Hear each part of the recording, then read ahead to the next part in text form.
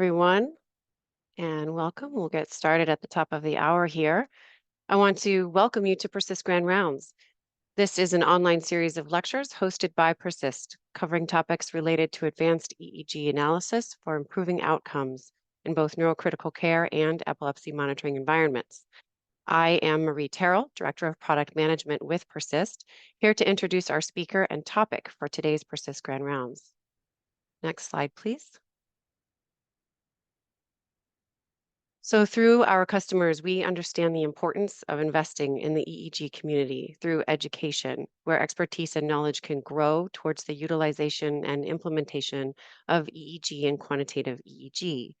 The goal of Persyst Grand Rounds is to provide a platform for those with clinical expertise on topics of advanced EEG analysis as a way to connect with a broader community to share their expertise and knowledge so that we can all learn and grow together. Each online lecture features an experienced epileptologist or neurophysiologist presenting on a topic of their choice as it relates to EEG monitoring and analysis. And you can visit www.persyst.com/groundrounds to keep up to date. Next slide, please. The opinions and viewpoints of each speaker are solely their own and do not represent Persyst or any other commercial entity or commercial interest.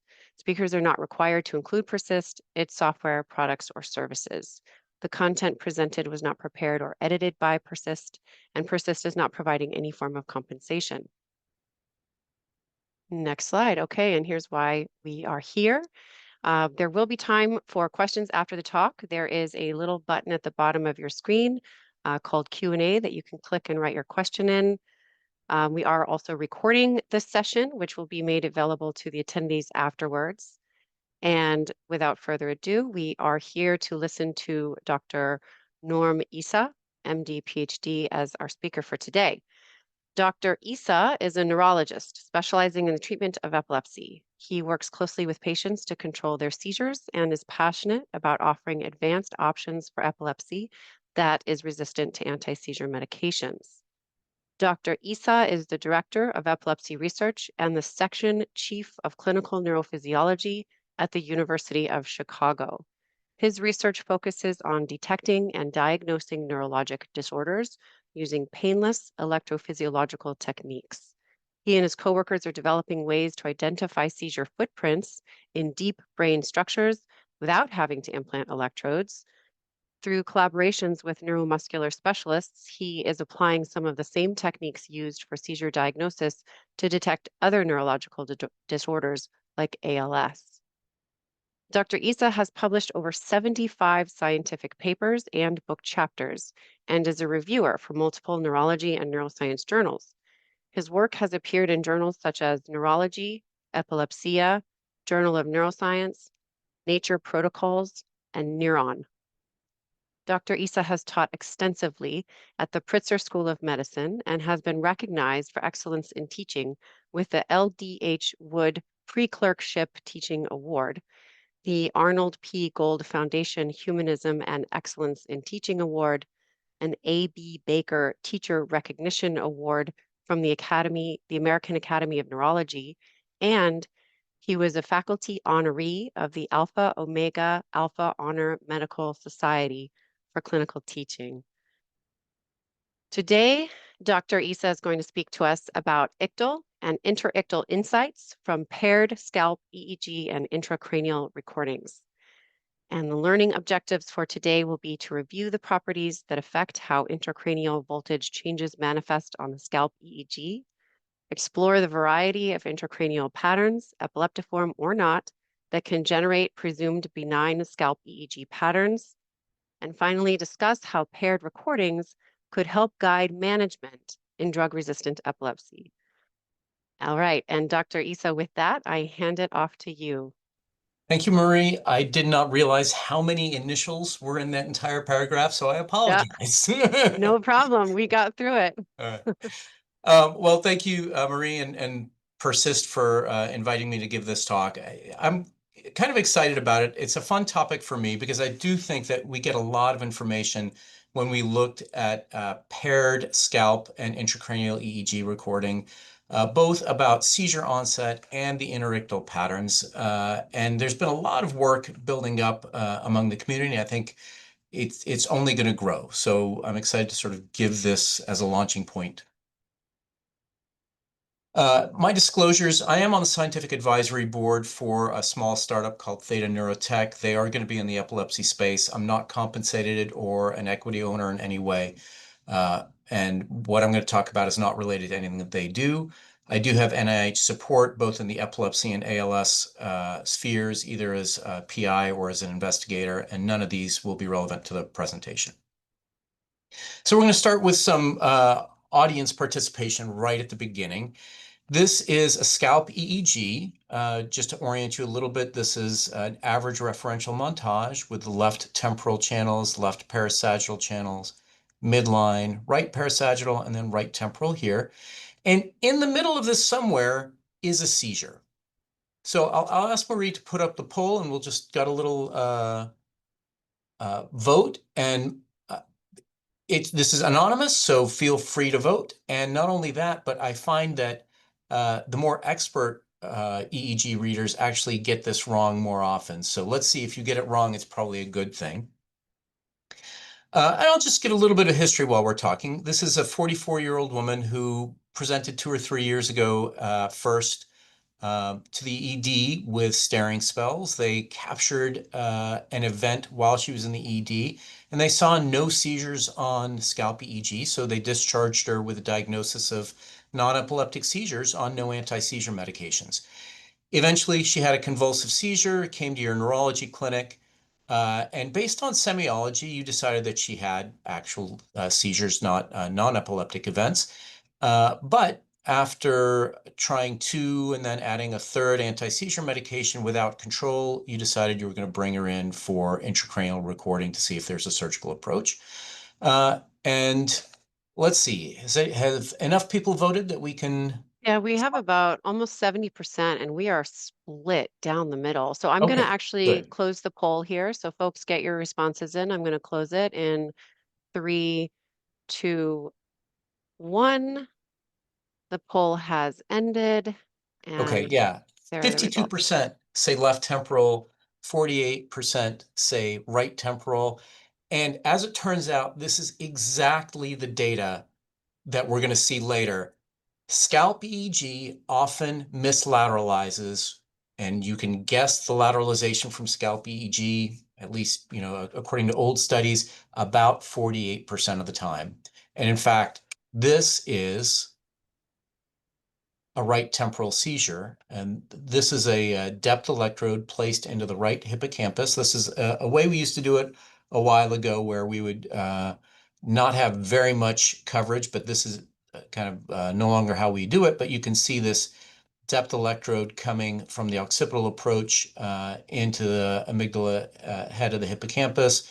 And then you can see here the earliest seizures recorded right around here, kind of the head body of the hippocampus. And throughout the seizure, there is really no clear activity on the scalp, maybe some rhythmic activity over the left temporal lobe, which is why, sometimes people will say, well, it looks like a little more left than right. But in general, it's a scalp silent seizure.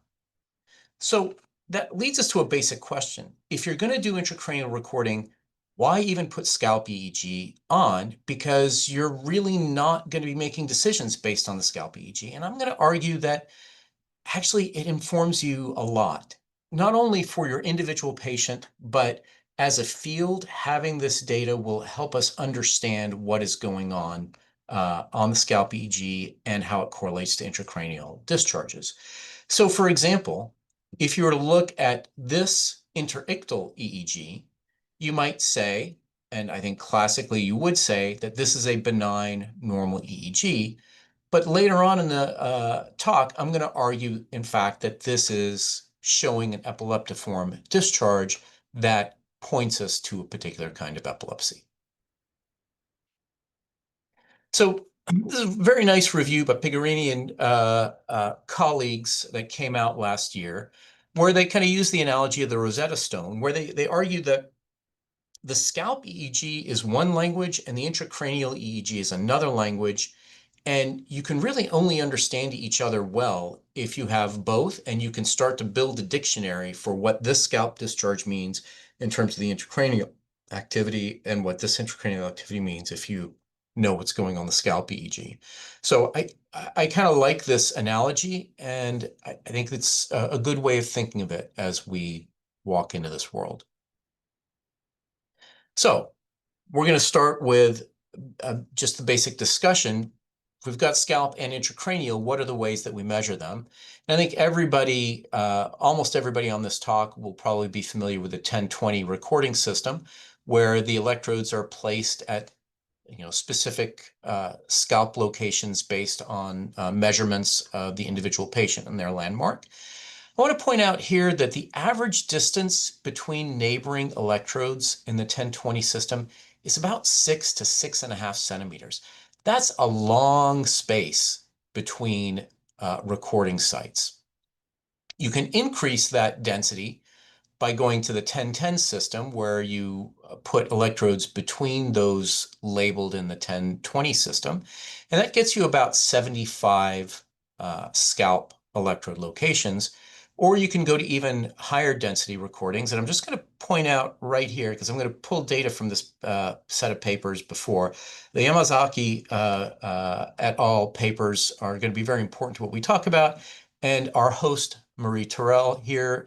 Terrell is actually one of the co-authors on these two important papers. But this figure comes from that paper, and it shows higher density electrode arrays, for example, 128 channels and 256 channels. And there are a couple of things to point out, is that the electrode spacing is smaller, but also there are a lot of subtemporal and almost subcranial electrodes here, recording from sites that you don't get access to when you're doing just the 1020.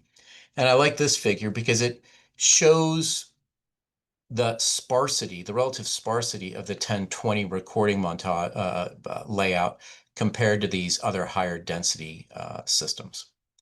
So that's an introduction to the scalp EEG. There are two general approaches to intracranial recording.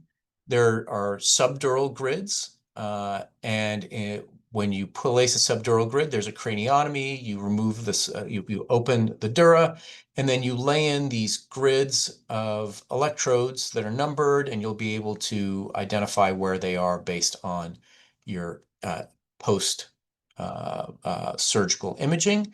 And here you can see kind of a reconstruction that marks where those electrodes sit over the cortical surface.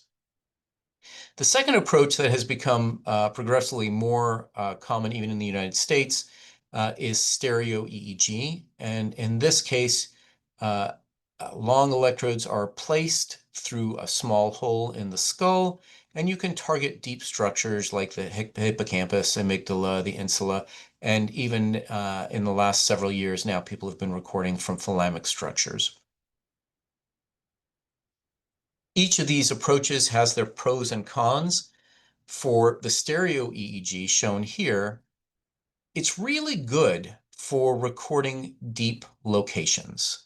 You can target specific sites, and you can put a lot of them in, especially when you use robotic planning and drilling.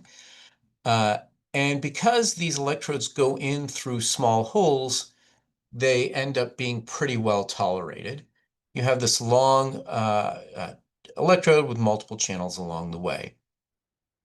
Now, the cons are that you've got relatively limited cortical coverage. Basically, the only neocortex or cerebral cortex that you get on the lateral surface is whatever these last couple of electrodes are. If you plan things in a clever way and you're lucky enough to be able to do it, you can sometimes put an electrode along the sulcus and you'll get recording along those cell bodies. But a lot of times you end up with electrodes that are sitting in white matter. You can't really turn the brain into a pincushion, which means that you cannot put a huge number of electrodes, and you can put a lot in, but each electrode has a listening space of about a centimeter plus or minus something, which means that you get good good sensitivity in the area around the recording, but beyond that, you lose the capability to hear what's going on in the brain. And so by necessity and by definition, your coverage is sparse. It requires a fair amount of planning because you want to make sure that you're not going through blood vessels or damaging tissue that you're going through. The electrodes can cause some damage, and on average, it's been reported about a 3.3% complication rate. Most commonly, hemorrhages along the tract. Usually they're non-traumatic or asymptomatic. Sometimes you can actually get symptoms, even new seizure foci along the tract. And you can have a low rate of infection as well. Subdural grids have a different set of pros and cons. It's really good for detecting superficial neocortical onset seizures because you can put a dense coverage and you can sort of have an assessment of a large area and know what's going on in a large area of these gyri. The interpretation is relatively straightforward because if you've got an epileptiform discharge in a region, it's basically going to activate a few electrodes in that region, and you can localize based on where that electrode sits. Downsides are pretty significant. It's really not good for deep sources. There are some situations where you can curve the subdural grid, let's say around the bottom of the temporal lobe, and you can get some mesial recording, but oftentimes you can't look at other deep structures at all. It requires a craniotomy, so it can be quite uncomfortable. You can get black eyes and bruising. And you've got a higher complication rate, about 2 to 3 times the complication rate, with the biggest jump being in subdural hematomas. Regardless, you can use both stereo EEG and subdural grids along with scalp EEGs, and that gives you a lot of information. So let's go back to the first question that we had. Why can't we see that seizure on the scalp EEG? And more broadly, what actually shows up on the scalp EEG? So I'm going to start with a discussion of interictal discharges and what from the intracranial components manifest on the scalp EEG. And I'm going to rely a lot on the work of my mentor, Dr. James Tao, and work that he did with Amit Ray and the Ebersols when he was junior. And the question they asked is, how large of an area of neocortex has to be active before you can see a scalp interictal discharge? Previous work had been done on cadavers, suggested that about 6 centimeters squared of brain tissue would have to be simultaneously active for you to see a discharge on the scalp. They used simultaneous subdural grids with scalp EEG and looked at discharges that engaged different sizes of the subdural grid. So this is a discharge that engages these red electrodes here, and this is about 6 centimeters squared of brain tissue that's active. And as you can see on the scalp EEG, there's almost no electrographic correlate at all. So the idea that 6 centimeters is sufficient is probably wrong.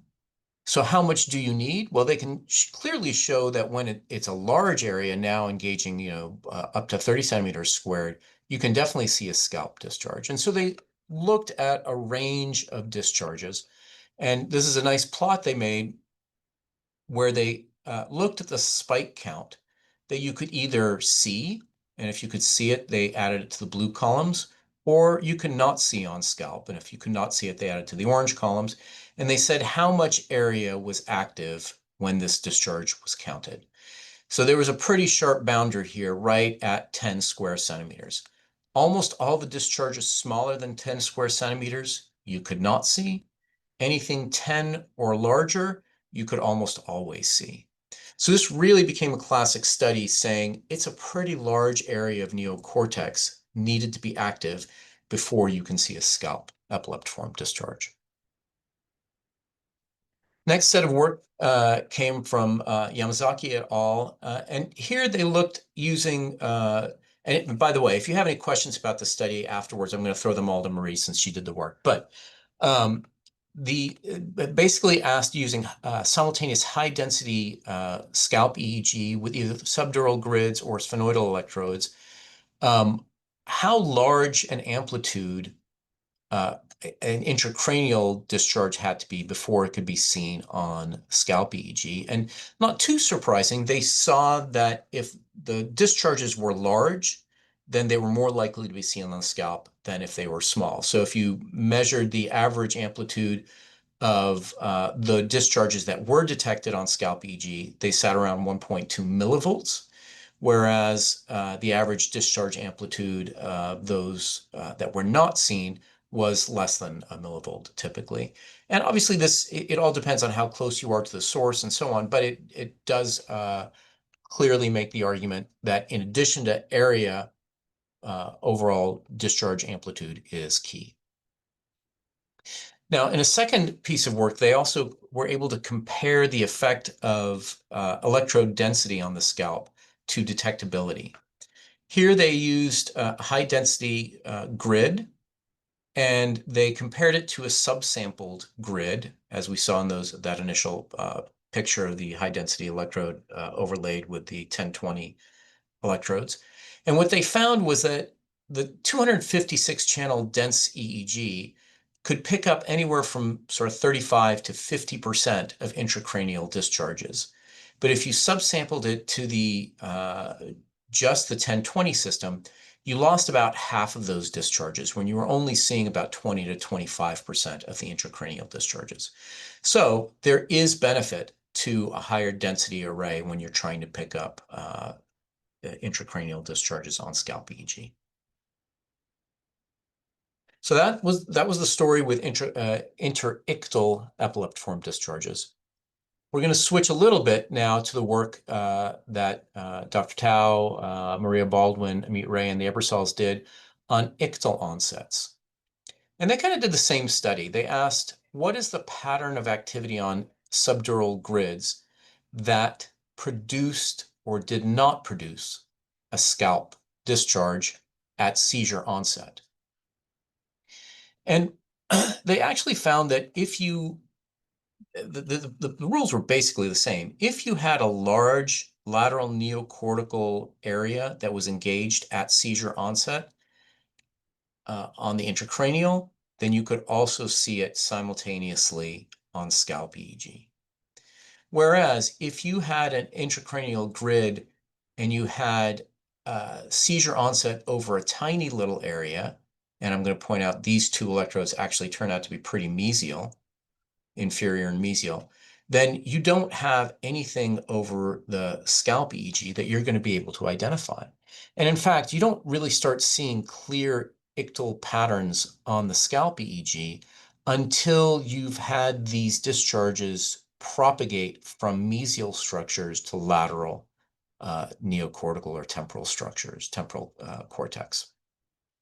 And that's when you start to see this high frequency discharge. So I'll point out the discharge frequency here with the lateral onset, they argued was what they reported in the delta range.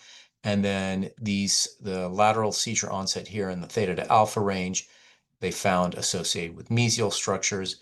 And that goes along with Ebersol's type 1, type 2, and to some extent type 3 type scalp EEG patterns that they had reported, where if you had theta to alpha frequency rhythmic discharges in patients with temporal lobe epilepsy, that often implied mesial temporal onset. And the intracranial recording that Tao et al. Reported in 2007 supported that, showing high frequency, low amplitude activity in a small region on the mesial structures that did not manifest on the scalp until it propagated to the neocortex and engaged more than 10 centimeters squared. And the type 2 Ebersol pattern of delta periodic or regular discharges that they had associated with neocortical temporal onset was supported by large areas of neocortical onset at more than 10 centimeters squared, and you had near simultaneous scalp and ictal pattern activity. They had described type 3 which was a diffuse slowing or attenuation of background. And there wasn't really the ability to distinguish based on intracranial recordings whether this implied mesial or neocortical onset or differentiated between them at all. But this was a very nice starting point in which they did this classic work to characterize what the scalp patterns implied based on intracranial recording. In the last year, there have been, last couple of years, there have been additional very nice studies. This came from the group in Nancy, France, Kessler and Maillard's group. And here they looked at not just patients with temporal lobe epilepsy, but patients with a variety of epilepsies. And I put this flow chart up. It's important for understanding the study, but I actually think it's really informative for where paired recordings break down and kind of when you look at the work of a really qualified, excellent group, how things can fall away over time. So they started with 210 patients, and they had to exclude 50 patients primarily based on the scalp EEG because they had poor scalp coverage because the EEG couldn't be placed fully, let's say because of the intracranial electrode placements, or they had a non-interpretable scalp EEG that they couldn't extract the parameters they were looking for. They had about a little bit over 10% of their original cohort they could not record seizures on, and I think anybody who's done intracranial recording, phase 2 recording, has the situation where you implant the electrodes, you watch for 2, maybe 3 weeks, and the patient has had this intracranial surgery honeymoon where they don't have seizures. That can be extremely frustrating. And then they had a small number, less than 5%, where the SEEG was non-localizing. And I think this is a low percentage. This is a really good group. But I think even with a really good group at the forefront of this procedure, it shows how important your pre-surgical implantation hypotheses are, and that sometimes even with good hypothesis, you still don't get the answer. But the better your hypotheses are, the fewer of these cases hopefully you get, but no one's going to be at zero. So they ended up with a pretty large cohort for this kind of study of 129 subjects where they have both simultaneous scalp EEG and stereo EEG. They did another sort of novel thing, and that is they asked, we're not going to define a priori what the most important things are. We're going to characterize the scalp EEG as diffusely as we can. So they gathered, dozens of characteristics. And then then they asked, how does the data break it down on its own? And they use this inertia gain approach. It's a lot like principal components analysis or independence components analysis. There are certain components that are going to give you the most information. And as you get down to smaller and smaller components or additional components, they progressively give you less information. And so they used the data to break this down, and they said, we're going to include as many EEG characteristics as we need until we really don't gain much more information, that they plateau. And so they characterized sort of 6 groups or 6 clusters that came out of this analysis. The first split came when they had an EEG, scalp EEG, that really wasn't that informative or didn't give particular patterns. A small group had normal EEG at seizures, during seizures. A second group had a blurred EEG, that is, muscle artifact obscured it to the point where they couldn't really give you any localizing or characterizing information of the EEG. But then they had 4 scalp EEG patterns that they did find useful. The first was a temporal discharge. Second was posterior discharge. They had a group with diffuse suppression, and then they had a group with frontal discharges. Now they had these scalp EEG patterns, and they said, okay, with each of these scalp EEG patterns, what does the intracranial seizure pattern look like? The first thing that they took away was no scalp pattern perfectly described or perfectly captured one kind of intracranial seizure. There was no scalp pattern that they all agreed on that was definitive for one kind of seizure. But as you might expect, there was a bias. And so when they had groups with temporal discharges, this was the best performing group. 80% of those patients ended up having temporal lobe epilepsy. A large fraction, though, had frontal lobe onset, and a small group had either insulo-opercular or occipital seizure onset. The frontal discharges were a little bit less classifying, but they still had a majority of the seizures. Epilepsy was frontal lobe. There was still a big group, though, that even though you had frontal discharges, these were temporal seizures. And then they had a larger group, even than the temporal discharges, that were associated with insulo-opercular epilepsy. And even they had a case where occipital onset manifested with frontal discharges. I think an interesting grouping came out when they looked at patients with posterior discharges. Again, the largest single group actually turned out to be temporal lobe seizures, in part because I think temporal lobe epilepsy was overrepresented in this population, as it is in most of our intracranial recording. It was a smaller group had either occipital or parietal seizures, and there were only 3 patients.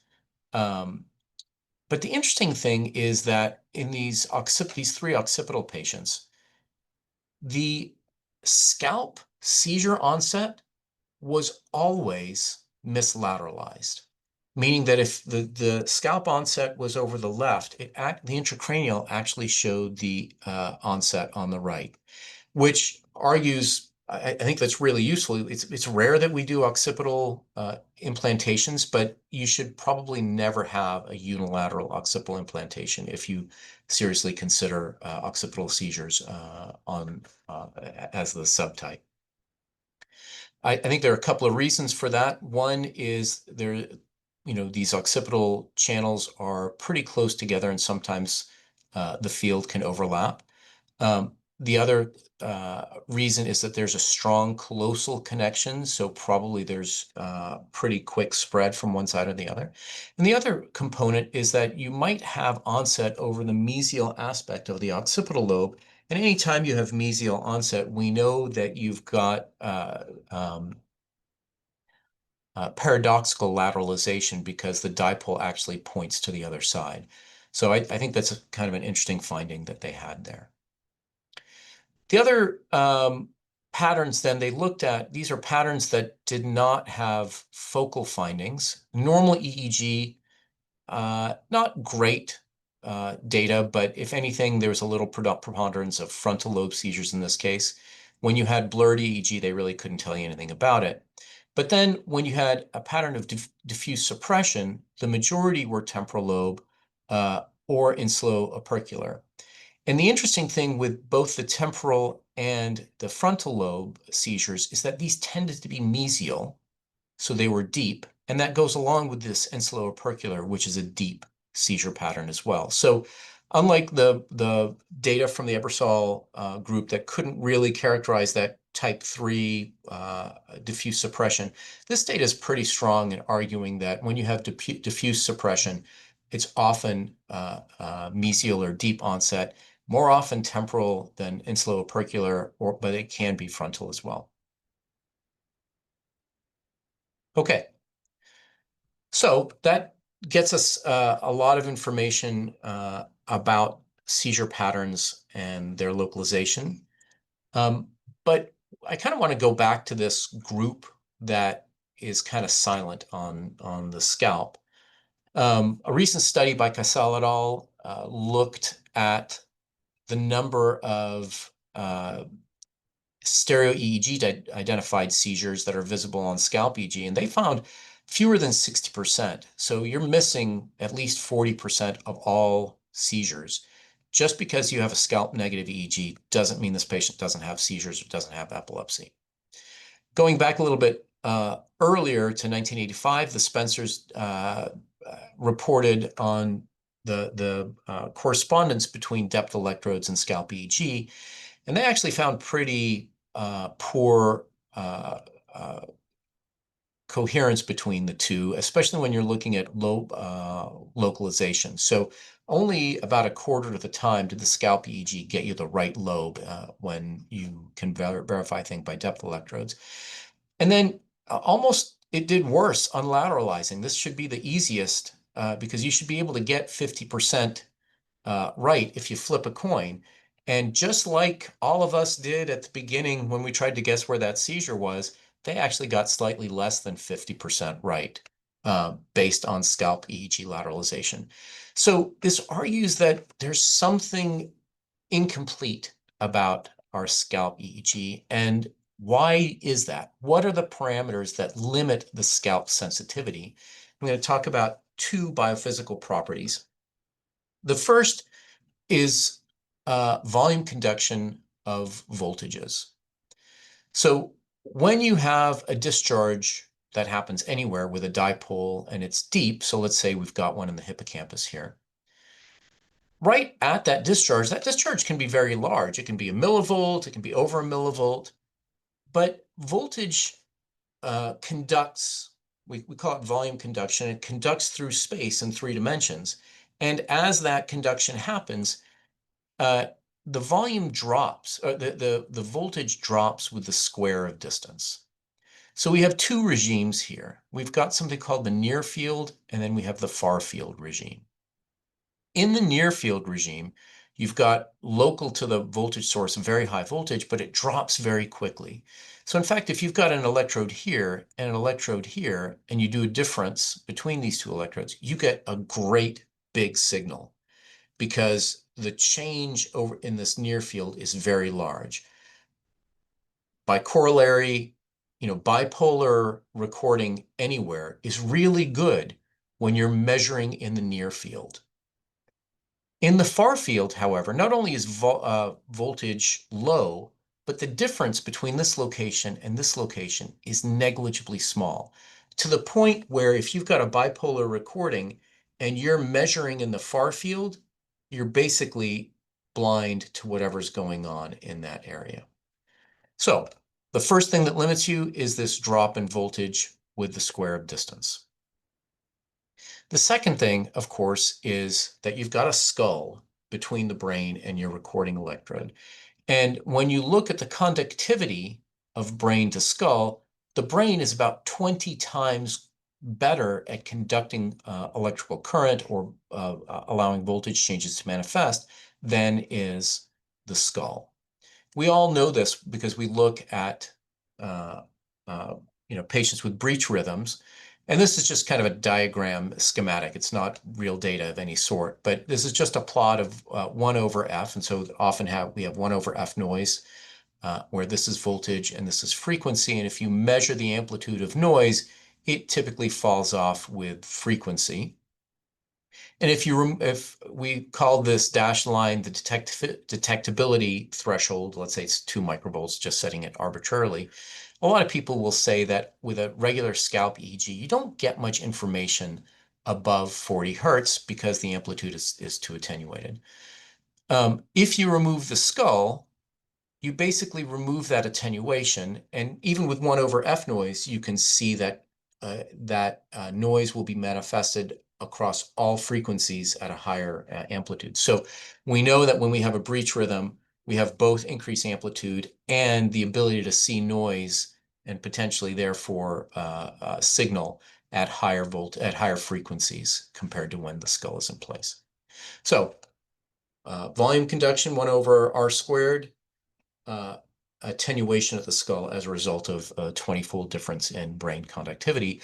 Both of these things shrink any deep signals once they get to the skull. And as kind of proof of that principle, Maria Brazone, when she was a fellow at University of Chicago, she's currently on faculty at University of Florida, Gainesville, did this, what I consider a heroic study, because she looked at over 11,000 intracranial epileptiform discharges recorded on hippocampal depth electrodes. And she found that of those 11,000 hippocampal spikes, only 6% or 670 discharges manifested somehow on the scalp EEG. And we kind of already knew this, but we didn't know how bad it was. So this 6% is a tiny fraction, and if this is going on all the time, you have no idea from the scalp EEG. The other thing she found was that there was really a pleomorphic set of manifestations on the scalp. Most commonly, these hippocampal discharges had no manifestation that you could identify on the scalp. Occasionally, they had small blips that we're going to come back to. These are called small sharp spikes. You could have kind of sharp transients, sharp slow waves, spikes, or frank sharp waves. And these sharp waves are most common when you had neocortical manifestation on other electrodes other than just the hippocampal depth electrode. So we're going to talk a little bit about this pattern called small sharp spikes.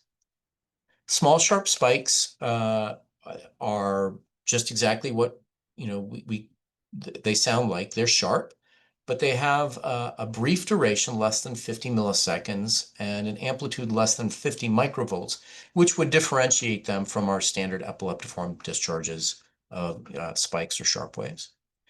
They're typically seen during drowsiness and early slow wave sleep, or early non-REM sleep. And then they have this broad temporal field. For a variety of reasons, they've been considered benign, and they're often called benign epileptiform transients of sleep, or BETs.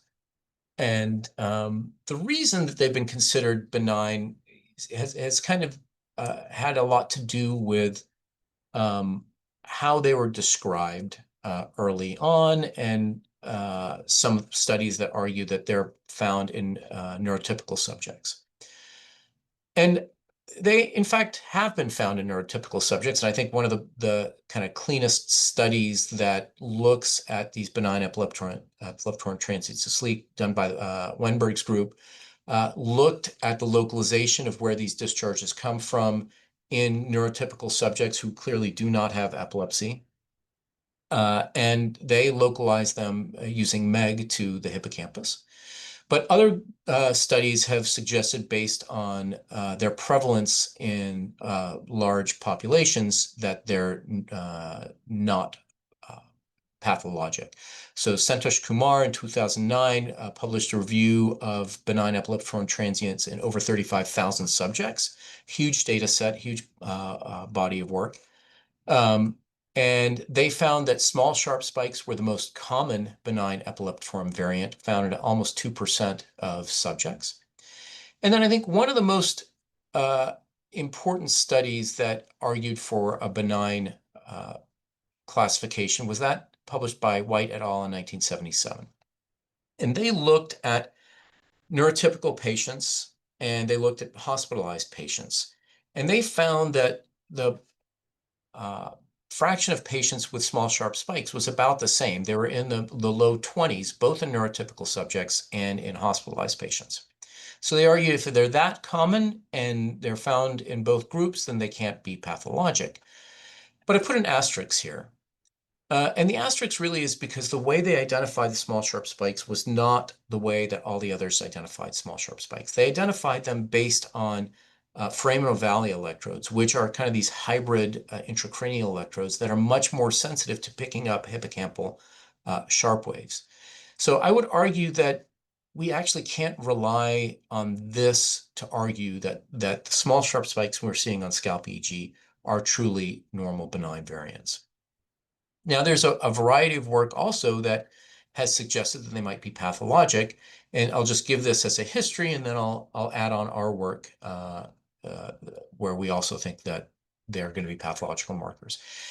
Even the first Gibbs atlas suggests that when you see these small, sharp spikes in the context of focal slowing, it implies epileptiform activity.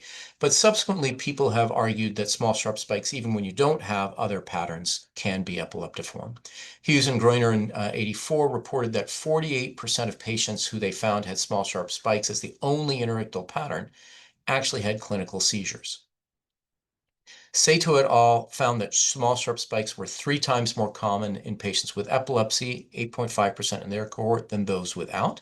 So they definitely found small sharp spikes in a population without epilepsy, but it was definitely enriched in those with epilepsy. And then Mothersill et al. Kind of had an interesting observation. They looked at patients with unilateral small sharp spikes and compared them to bilateral small sharp spikes. And they found that in the vast majority of patients with unilateral small sharp spikes, 27 of 28, they had epilepsy. Whereas if you had bilateral small sharp spikes, that drops down to a little bit under 50%, but still on the order of mid to upper 40% with bilateral small sharp spikes had epilepsy. This is still a higher proportion than what you would expect if 2% of all people had this benign benign pattern of small sharp spikes. So unilateral seems to be more suggestive than bilateral. In 2017, we looked at our cohort of intracranial patients with SEEG, and we looked at 27 subjects, and we found small sharp spikes associated with hippocampal discharges in 15 of those groups. And 15 of those 27 patients. To us, this suggested that while it's not always the case, that if you find small sharp spikes, you might actually be seeing some manifestation of hippocampal discharges.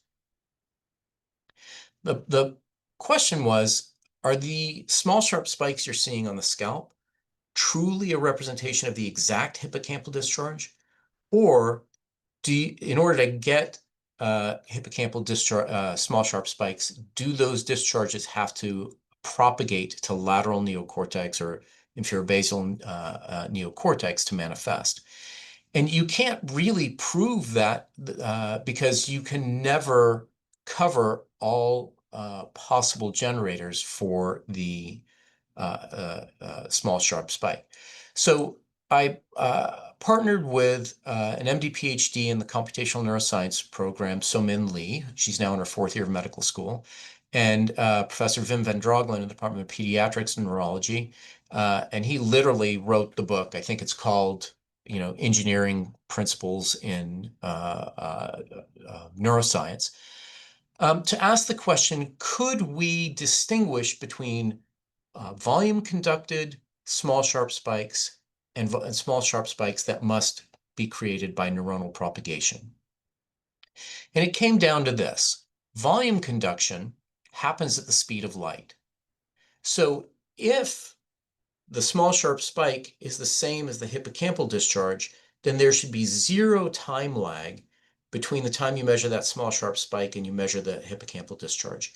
And the temporal waveforms should be highly correlated. Alternatively, if neural propagation was required, there should be variable correlation. You should have, sometimes it takes a long time, sometimes it doesn't take that time, that long of a time. And because the discharge is not created by the hippocampus, you should expect to see the waveforms not look exactly alike. So we took a look at a wide range of hippocampal discharges and their scalp manifestation, and So-Min was able to figure out a boundary and said, if we've got good signal-to-noise ratio, we should be able to set a boundary that says anything below this boundary, where this is time between the hippocampal discharge and the scalp EEG, and the signal-to-noise ratio that says under this is possible by volume conduction. Whereas if it takes longer than this threshold, there's no way that volume conduction could be contributing to the generation of that small sharp spike. And in fact, she found 2 populations. One, where there is no way it could be created by volume conduction, so it requires volume conduction. It requires neuronal propagation. So we can say there's definitely a group of small sharp spikes that requires propagation to some location. But then she found a second population where the time between measuring the hippocampal discharge and the scalp discharge could be completely explained by just added noise in our system that's associated with the signal to noise ratio.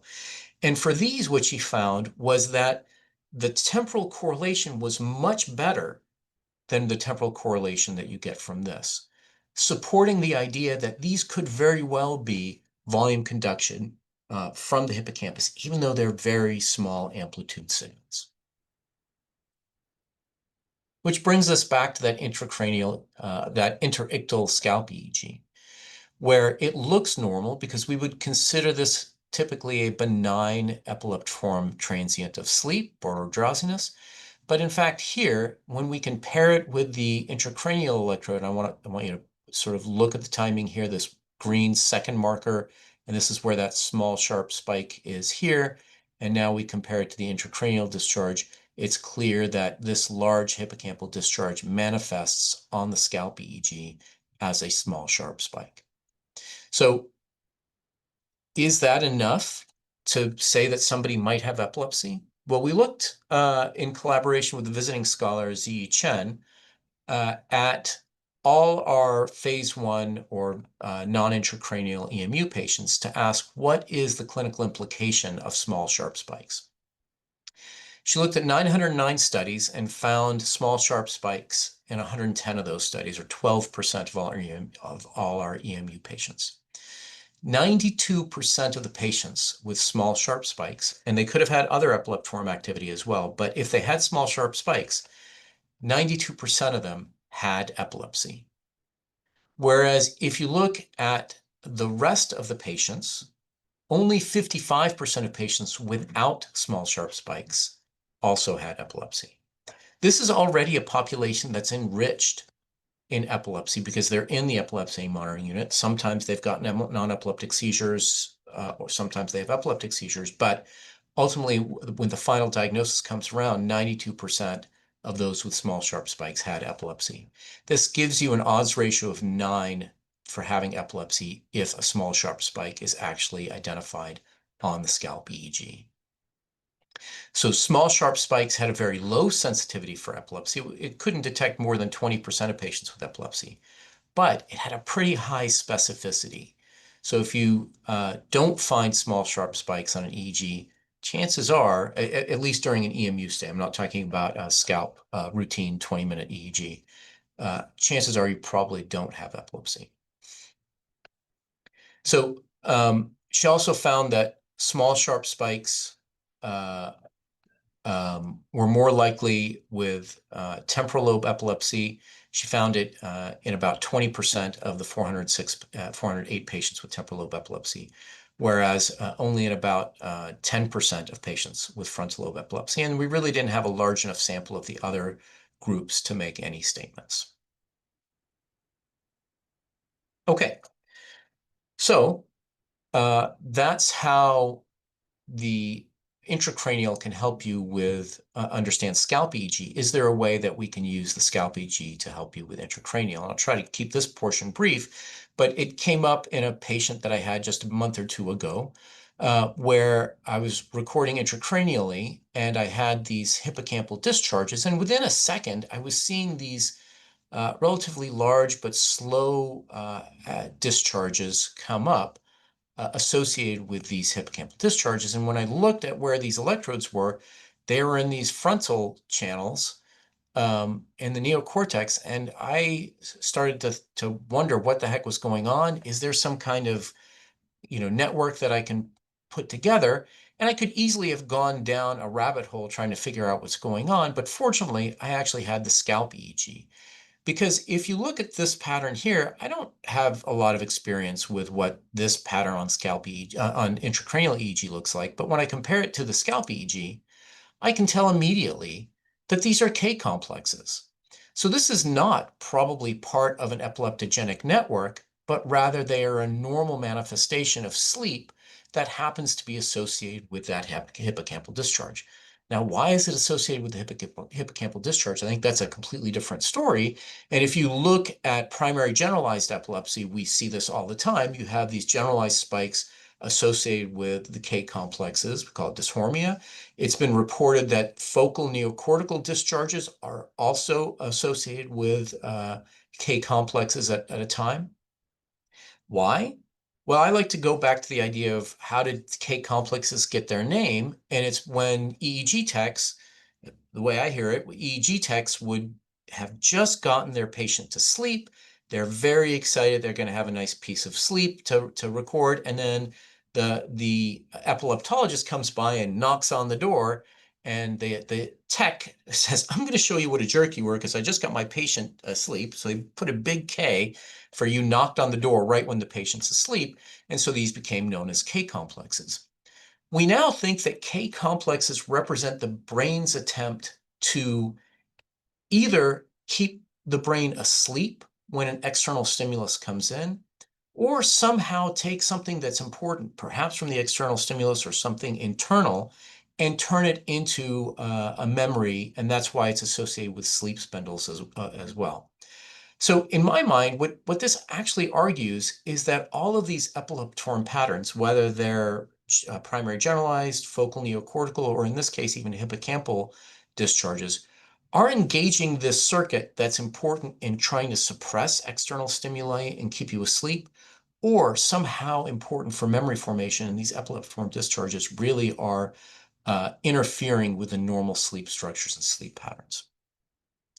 I think this field is extremely interesting, and there's a tremendous body of work, and I'm going to refer you to Birgit Frauscher's lab, who has done now a huge amount of work showing how paired electrodes, paired intracranial and scalp EEG can help you characterize sleep patterns, how understanding how those interictal and ictal patterns can help you interpret uh, uh, seizure onset zones and epileptogenic zones. And it's really a wonderful body of work, and it's actually too big for me to give it a proper summary even here. So if you're interested in that, I really refer you to her lab's work. Okay, so in this last very short period, I'm going to come back to this original EEG. We as humans did a poor job of deciding where and when the seizure actually started. Can we, though, use the ground truth of the intracranial EEG to train a machine learning algorithm to identify seizure onset and seizure localization using just the scalp EEG? Several groups have been doing this now. I'm only going to highlight an early study that was reported in 2021 that came out of Rensselaer Polytech and the Icahn School of Medicine, where they did just this. They trained the machine learning algorithm to identify blocks of EEG that were either non-seizure, pre-seizure, or seizure. And they used the intracranial to train as the identifier of seizure or non-seizure, and the scalp as what they were training off of. And they found really quite good results that if you had simultaneous intracranial and scalp EEG onset, they did an excellent job of classifying blocks as either seizure or non-seizure. And when they made a mistake, 1% of the time, it was a pre-seizure block. That was the case even if the seizure onset was delayed on the scalp EEG. They could still identify all the seizure blocks. And when an epileptologist could not identify a seizure on scalp EEG, the machine learning algorithm still did a very good job of identifying those seizure blocks. Going back to that question of could it lateralize, here they taught it to lateralize. And again, they identified the left temporal seizures perfectly. They never confused it with right temporal seizures for the cases when the scalp and intracranial onset was simultaneous, and even when it was a scalp negative seizure. Same thing on the right temporal. This is really good preliminary machine learning data. I will say, as anybody who's tried to do machine learning, the data set you train on and you do your initial validation on, you only publish when you've got really good things. But when you release it into the wild, it almost never performs as well. But you've got to have a good starting point, and this is a good starting point. And I think it highlights the potential of taking paired data and helping us learn how to extract more information from that scalp EEG that is blind in many that we are blind in many ways to the patterns that might be embedded in that scalp EEG. So I think paired recordings can help you interpret your patient's results.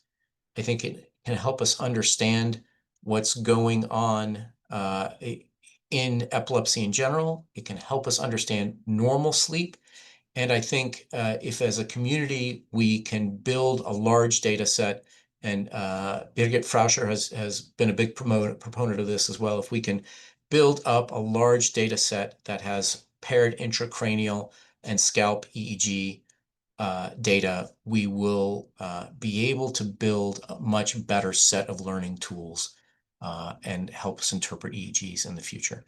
And I just got to point out, here's another good head title, Rolling in the Deep, but there we go. I'd like to just thank my colleagues, in particular my mentor, James Tao, all our colleagues. Peter Warnick, he's a fantastic neurosurgeon, and we're overjoyed to have David Satzer. And there's not a person in this group that I haven't learned a tremendous amount from. So I'm grateful for that. And I hope I haven't taken too long, but I'm open for questions if you've got them. First, I have to unmute myself before I can thank you. That was a fantastic talk. Lots of, yeah, definitely lots there. Thank you very much. We will move to the Q&A now. So folks, there's a button at the bottom of your screen that you can type your questions in. We do have a question right off the bat, and the question is whether stereo EEG is a real gold standard or ground truth, as it records only part of the brain, and electrodes that are a centimeter away can miss a true Yeah. source. So can you talk a little bit more about that? That's an excellent point. And I think I showed an example of why we might not want to use that early on, where we had pretty sparse coverage. And I think there's a lot of movement in the field to try to get better coverage and to try to come up with metrics to say how good is your coverage. So you're exactly right that I think we will never be able to say that is the gold standard ground truth always. But I think what we can say is that if you do a lot of things to validate your data set, so for example, look at good outcomes and take patients who've had good outcomes and then take that data set and train on that data set, you get better and better. But I think you're exactly right that you will never be able to say that it is the ground truth. Right. And sometimes it's the scalp EEG that is the ground truth, to your point about K complexes and things like that, and helping us understand what we're looking at. So it's more I guess, just a matter of interpretation within context. So just really broadly, I mean, from my understanding, really big picture here, you're talking about how signals that happen deep in the brain are very often not caught on the surface. We talked a little bit about how high density can sometimes pick those up. And then we talked about the small, sharp spikes and how they've long been considered a benign variant. This is all concerning, right? That we're missing quite a bit, and then further that we might be mischaracterizing small sharp spikes. I guess what I'm hoping from you is if I can extract some recommendations that you might have for our community in terms of coverage at the scalp, and maybe a plan for how to do the simultaneous, what kind of a team you need, just some basic recommendations. Yeah, so I took out a slide that I think is actually really important. That when you are doing intracranial planning, the most important thing is your hypotheses. Yes. And that honestly, if you only have one hypothesis, you've got nothing to test because you will probably get seizure propagation into that zone. And you're going to say, oh, I put the light there. I saw, the part of the elephant, and then you take that out and you're not going to be successful. So and I think everybody at this point is a big proponent of multifaceted planning, as many imaging approaches as you can get. Scalp EEG, MEG EEG. If you can get high density scalp, I think it's not always trivial to do, high density scalp with intracranial EEG, certainly, or high density EEG for long periods. Sometimes that's challenging. Um, Neuropsych testing. So all these, multimodal ways in which you build a hypothesis. And I find the seizure semiology is, the most important probably. And you build these hypotheses, and ideally you can kind of take these maps and you can stack them, and then you can find places where you want to place your electrodes as part of your hypothesis. And I think the idea of standardized electrode placements is good as long as that standardized placement can address many of your hypotheses. I agree with you, sort of this multimodal approach, and ultimately a way of compressing them all into a visualizable pathway, I think is really Mm-hmm. useful. Mm-hmm. Yeah, okay, that makes sense. For the small sharp spikes you showed, you separated them into two groups, right? One where they volume conduct and the other where they're conducting through neuronal pathways. And I just want to make sure that I understand the source of both of those is still the hippocampus? So we think that, again, it's kind of an inverse problem, right? You can never be sure that there aren't other sources. And there have been other sources that have been associated with these small discharges. And sometimes these discharges are so small that it's hard to say this is exactly the right pattern. So Yeah. I'm not going to say that all small sharp spikes all originate in the hippocampus, but the initial discharge that we can identify in this group Mm-hmm. originates in the hippocampus, and then you have later propagation to other areas. And it's that later propagation that is at least that subpopulation of small sharp spikes. Okay. So for the data that you presented, the hippocampus was the source in each. We just had two different models, some of them volume conducted, some of them propagated through neuronal pathways. Exactly. Okay. Okay. All right. So then a small sharp spike question here is Yeah. one of our viewers, attendees, often sees small sharp spikes on scalp EEG, and he wants to know, are you saying that I should report them as may provide some support towards epilepsy? What I have struggled with this exact same thing, and I often try to get a clinical context. So I, you know, will typically say if it pops out and there's a lot of uncertainty, I say in certain clinical contexts, there has been a suggestion that small sharp spikes can be associated with hippocampal epileptiform activity. And in fact, it has been helpful. You take it back to the clinician, and, sometimes you have to have a discussion with them and say, if you're unsure and, your next step is going to be treat with, give a trial of Keppra or something like that, that might be something that you can consider. This supports a little bit more. I would never make a diagnosis of epilepsy purely on small sharp spikes. There has to be a clinical context Yeah. that supports that it's useful or And meaningful. and they're subclinical, right? Yeah, they're subclinical. There's no clear clinical component to it. Yeah. Okay. Okay. Yeah. Um, all right. So next question. In those patients that showed scalp discharges from different locations when compared to intracranial recordings, was there a comment on seizure semiology? Um, well, I mean, I think I'm not exactly sure how to answer that, but so I'll answer a slightly different question, which is that we know what a patient's habitual seizures are based on the phase one recording usually. And so if you end up with seizures in different locations than what you expected, you have from the scalp EEG the answer of, is it the patient's habitual seizure, and is that how it manifested on their scalp in phase one Hmm. recording? In which case, you've kind of missed something. Your implantation hypothesis was not great.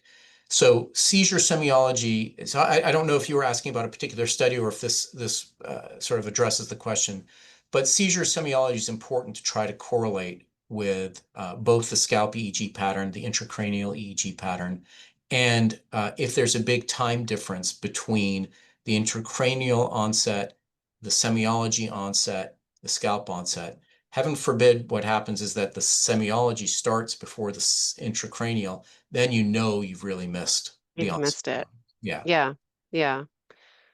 Yeah, definitely. And I suppose the opposite is true as well, that if you see the seizure onset in the intracranial data, then you see the scalp and the semiology that the scalp wasn't informing you and the semiology wasn't informing you of the true source.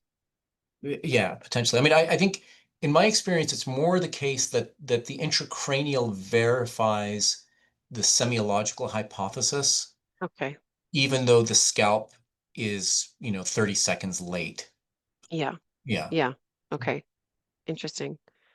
Okay. If you're only able to gather subcranial data, is there a path to informing scalp EEG data?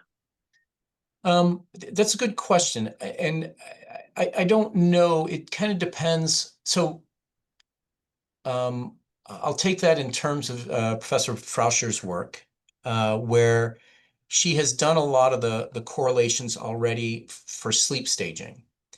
And so now without scalp data, you can do some sleep staging based on intracranial recording, and you're basically extracting what the scalp would have told you.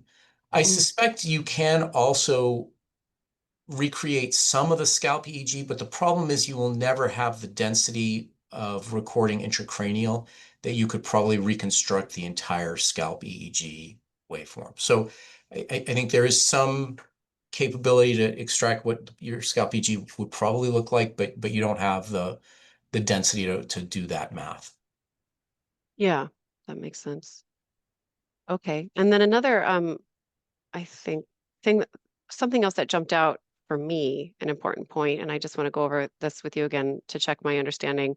When you were talking about the interpretation of scalp EEG, so you showed, the certain frequencies detected at scalp EEG and then what it actually turned out to be based on the intracranial EEG. And you talked about, 2 to 4 hertz was at the scalp was this kind of a seizure coming from that structure, et cetera. So the main takeaway here is that the frequency that you see at the scalp can inform on the depth of structure that the seizures are originating from. So, for example, 2 to 4 hertz oscillations at the scalp uh, would be deeper to 5 to 9 hertz Actually, oscillations, the which other would way be around. I mean, ah the result patterns was that the delta onset is often thought more to be a temporal, lateral temporal neocortical onset, whereas the high frequency oscillations that you see along the mesial structures eventually propagate and drive higher frequency lateral discharges. So oh I think that's, and I think that's an important hypothesis, help in hypothesis generation based on scalp. But I also would not rely on that as a definitive mhm, also classification. Again, yeah. it sort of helps you direct your hypothesis, but it's not 100% true. Yeah, of course. I mean, when we're looking at scalp EEG, the higher frequencies, yeah, okay. I mean, that makes sense. When I was listening to it, I was understanding it the opposite And way. So, it kind of makes sense that it would be the opposite, because we were except talking about that, the amplitude of right, frequencies and it has to be a high discharge to make it to the yeah, scalp surface and all that. Yeah. yeah. But ultimately, the point is that the high frequency still is manifesting in the temporal structures. And that's the only place you can get enough tissue at a large enough amplitude to drive, even at high frequencies. And those high frequencies are going to be muted compared to the low frequencies that you would see anyway. So, Yeah. yeah. Okay. That makes sense. Good, good. All right. And then I think what is the direction that you want to see the field go from here? We've got the scalp EEG and the intracranial that informs it and all these different ways of testing our patients. In your perfect world, what uh what is the direction that you want to see us go? So I would say kind of two or three different directions. With the small sharp spikes, we have this hypothesis that the small sharp spikes, and when you only see small sharp spikes, might represent an early clinical stage of mesial temporal lobe epilepsy.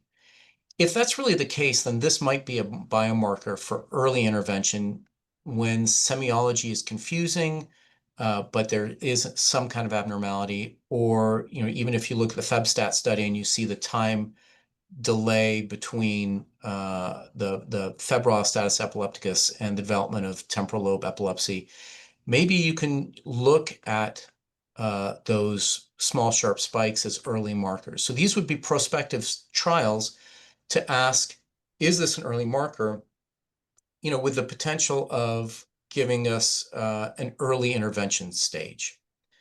I think the second really exciting area is the idea of training networks or machine learning algorithms to use scalp EEG to extract things that might otherwise only be visible on intracranial EEG.